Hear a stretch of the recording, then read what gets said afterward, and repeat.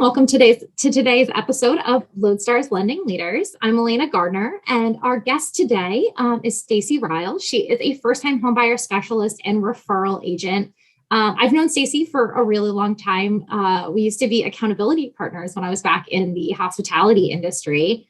So I'm so excited to have you on now that I'm in the mortgage industry. So thank you, Stacie, for joining me today. Thanks so much for having me. I'm excited to be here. Yeah. So you do a lot of work educating first-time home buyers, which is something, we're really passionate about at Lodestar. And it's a complicated process. So what drew you really to first-time home buyers and providing that education and training for them? Yeah, well, I have always really enjoyed working with first-time home buyers. In the real estate industry, we are actually trained to focus on listings and to cater our marketing to sellers, because sellers are a lot less time-consuming to work with than buyers. But right away after helping, I would say 3 or 4 first-time home buyers, I was like, this is where I want to be. Like, this is what I'm most passionate about, and I'm just going to ignore all of my training. But we're also trained, at least where the brokerage where I started at as a realtor, to always add value. And so that was just where I've always come from. And when I was a new agent, I was kind of running out of ideas to generate business, and it was getting a little slow. And so I just thought of this idea, like, oh, what if I host homebuyer classes and I do first-time homebuyer workshops? That might be good. And then I started hosting them, and I realized, no, people really want information and clarity and transparency more than, if I had given them a little penny, they wanted hundreds of dollars of information. They're just I want more. I want to know. And that's why Zillow has been so successful, is because people want information and they want to feel like they know what they're doing. I feel like especially our generation, the millennials and the people who are coming into home buying age, they will research just so much before they make any decision. And so I just started giving more and giving more and giving more. And that's what people want. Even now, I'm still but what information am I missing? What do people still need to know? And that's just how I've always done things. Yeah. I think it's really interesting that you've kind of taken that as a realtor tool. And then you moved and you got your lending license. So you were an LO for a brief period, and you've kind of created yourself in this really cool spot, I think, in the industry, connecting first-time home buyers with agents, with LOs. I think you have a really interesting focus on lending as well. Do you mind talking a little bit about, your personal feelings on large lenders versus small lenders and just kind of the benefits to both? Yeah. Well, I feel like I talk about this once a day to my clients. So it's a hot topic. I mean, I think the benefit of having, it doesn't necessarily need to be someone a big bank versus a small bank, but someone who has a local reputation. For example, someone Guaranteed Rate. They are a national company, but location wise, they have a reputation as almost like a local lender. So not necessarily big or small, but it's the reputation in that specific area is really who realtors are going to refer their clients to. And it's who realtors are going to recommend to their sellers where they should accept their offers and what banks they should work with, because they have that reputation. So I think that's really the biggest benefit. I would say, I guess on the consumer side, maybe if you're working with a small retail shop or something and you don't have as many options. I know some companies don't have some of the smaller grants and programs and stuff like that that some of the bigger banks can offer. No, and that's, I think, really important. And I think so many lenders are looking at their marketing strategy and their strategy as they, branch out into new markets. And I think having that local presence and that connection is something a lot of them are focusing on. And it's definitely becoming a lot harder. Something we hear a lot from our lenders is we just don't know how to market to realtors anymore. We can't show up with a box of donuts on a Tuesday morning because no one's in the office. So we've seen, something we work on at Lodestar is those, technologies and those connections that you can make, providing tools, is I think kind of the way we're seeing going forward to make those connections and establish relationships. Have you seen that happen, and what tools do you think are most useful for both realtors and loan officers to have at their fingertips? Yeah, absolutely. That's funny because I started my LO career like in the height of the pandemic. And then when things started to open, I was like, wait, I need to see people. I need to meet these agents in person. It was so different. But yeah, I think on like the agent side, you guys talking about closing costs, like that's a huge thing because it is hard to get like the accurate numbers. I think that's really, really helpful. But to be honest, a lot of the times when loan officers would say like, hey, I got your marketing for you. I got your, some flyers for you. I was like, I can usually like get that anywhere. And I think also it depends on where the agent is based out of because, I'm with Compass and they have a marketing team that they will do everything for us. And they have, all of this stuff in their app that I don't need anything else. But if somebody is with a smaller broker, then they might not have those tools. But really people just like want to know how you can help them grow their business, which, I use, like, I would coach people on Instagram. So what I had to offer was the information on that, just stuff like that. To actually like help them. I think at the end of the day, everybody just wants help growing their business and like getting more clients. So if you can do that somehow, that could be huge. Tools and training, I think, are definitely going to be a big thing going forward. Is when so many of these tools can be provided by brokerages, it's going to be interesting to see how lenders are able to make that connection and have all that happen. Since you are kind of in a unique situation where you're not necessarily dealing with the same issues that an LO or real estate agent would be dealing with every day, what's your biggest challenge on a day-to-day basis? And what does a day-to-day look like for you as kind of this influencer referral agent? Yeah. Well, right now, the past couple weeks have been kind of different because I'm going on vacation for 2 weeks. So I need to batch all of my content. So I've been spending around like half of my day from like 8 to noon just creating content. But that's kind of unique. That's not a normal week. But normally I'll do like my, like brainstorming or business planning or content planning in the morning. And then I'll usually do like an hour or two of recording. And then in the afternoon and into the evenings, I have usually meetings with people who are looking for an agent, where I spend that time looking for the agents to refer people to. I feel like I'm missing a part of your question. Can you remind me? What would you say the most challenging moment? The most challenging part. Oh, it's really like thinking of what people want. I feel like for the past 2 years, I've been like drilling into people's heads, like, you don't need 20% down. And I've probably said that 100 times in the past year. And I'm like, okay, I think people get this. What other information do they need? So it's just thinking, like I said, what do people need? Like, what am I missing? What are they wondering? What do they not know, but they don't even know that they don't know, and stuff like that. Like just giving them more information and more tools to be homeowners. Makes a lot of sense.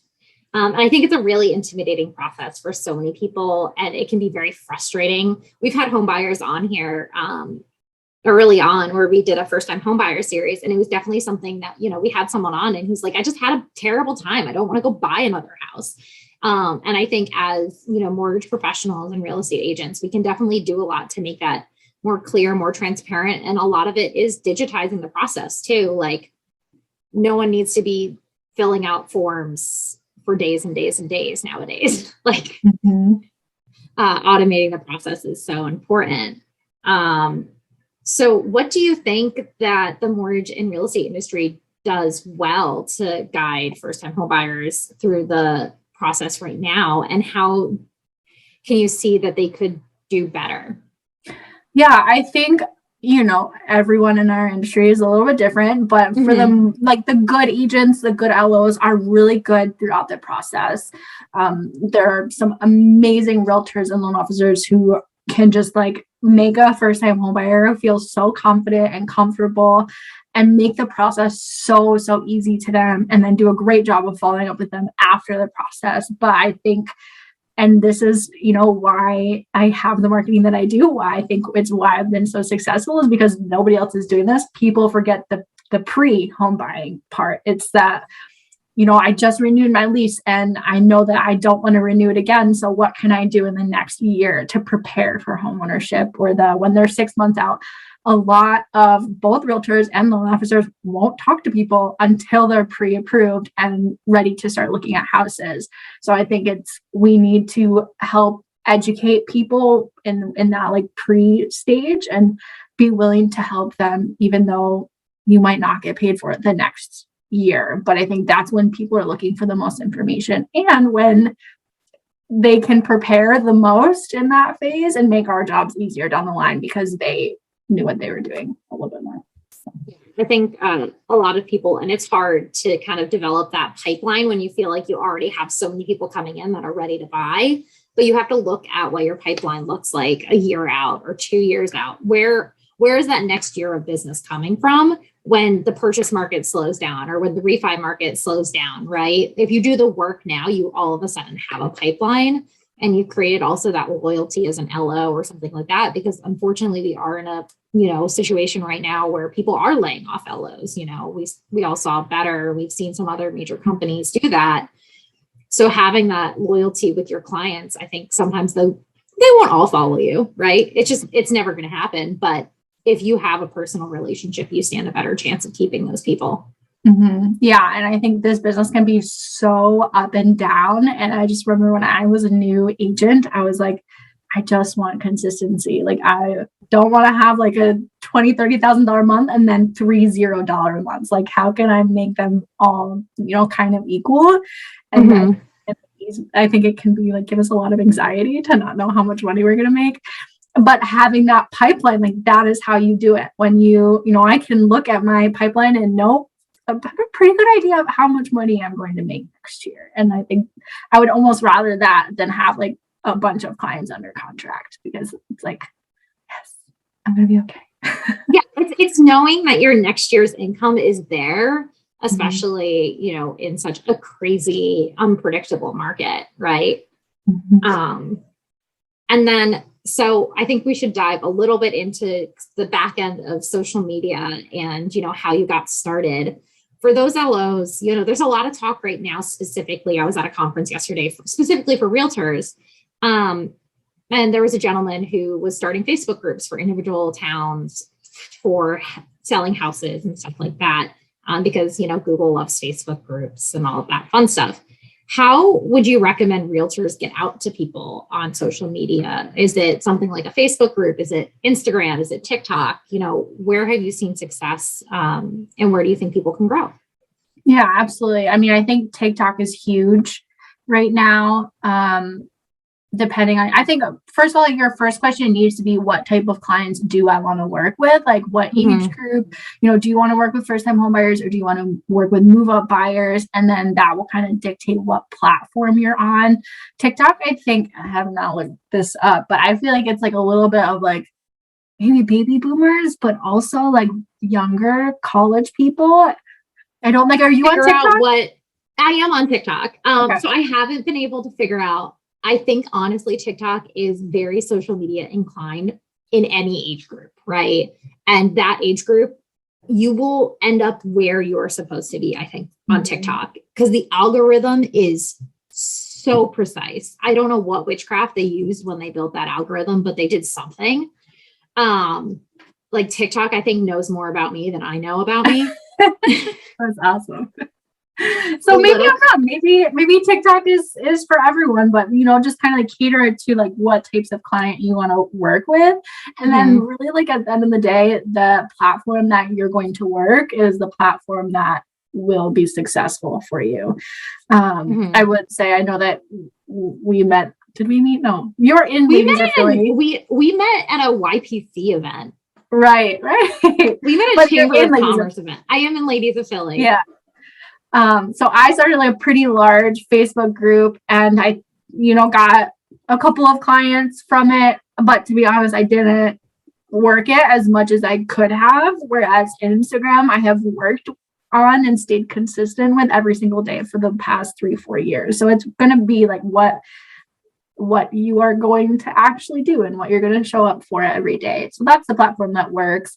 Again, like YouTube, I know some people have done like amazingly well with YouTube if you stick with it. So I think that's a really good point, is the platform that you consistently post on and you feel the most comfortable on is the platform that you're going to be most successful with. I know something that I personally struggle with is I've always struggled post. I love scrolling through Instagram. I'm not a consistent poster. I tell myself all the time, I was like, you're a social media person. You should be better at this. But then, LinkedIn, for some reason, it just seems to be the place that I consistently post. I don't struggle with putting things together. And I feel like I've done pretty well on there. And I struggle with a lot of my other social media platforms. So I do think it really is more about, where are you excited to log into? What content are you excited to make? Because otherwise you are going to burn out too. And I think that's important to realize, is creating content is exhausting. Mm-hmm. Yeah, 100%. Like I tried TikTok, man, I really tried, but I was like, I hate TikTok. Like it is not fun for me. It's just stressful. And then I was like, I'm never going to do it. So and focusing on one thing too, I think really helps. Yeah, I think that's a very fair assessment. Awesome. And then the one thing we always love to ask our guests as we wrap up is, what's the one thing that makes you excited to get out of bed in the morning? Mm-hmm. Oh, the one thing. I feel like there's a lot of mistrust in our industry, especially of realtors, and there is just a lot of confusion, like we said. And I feel like every day when I'm like, oh, I don't really feel this, but I'm like imagine like just the information that I'm giving out and like how much like confidence I give people. And that's like what really sounds really cheesy, but it's like, even if like somebody doesn't want to work with me, or if they end up like taking my information and like going to work with someone else, that's fine, because if I give them the tools to make like homeownership possible, then that's kind of cool. No, it is cool. It's not cheesy. It's cool. We're all a little bit nerdy for what we're passionate about. Yeah. Awesome. Well, where can people find you online? Yeah, well, the best place is really Instagram. So I'm at I am Stacie Rihl, and I assume you'll put my name in the notes so they know how to spell it correctly. That's my Instagram. Yes. That's the best place. Awesome. Well, thank you so much, Stacie, for joining me today, and kind of taking a step and talking to industry professionals about what you do. Yeah, thanks, Liv. Good to be here. My pleasure.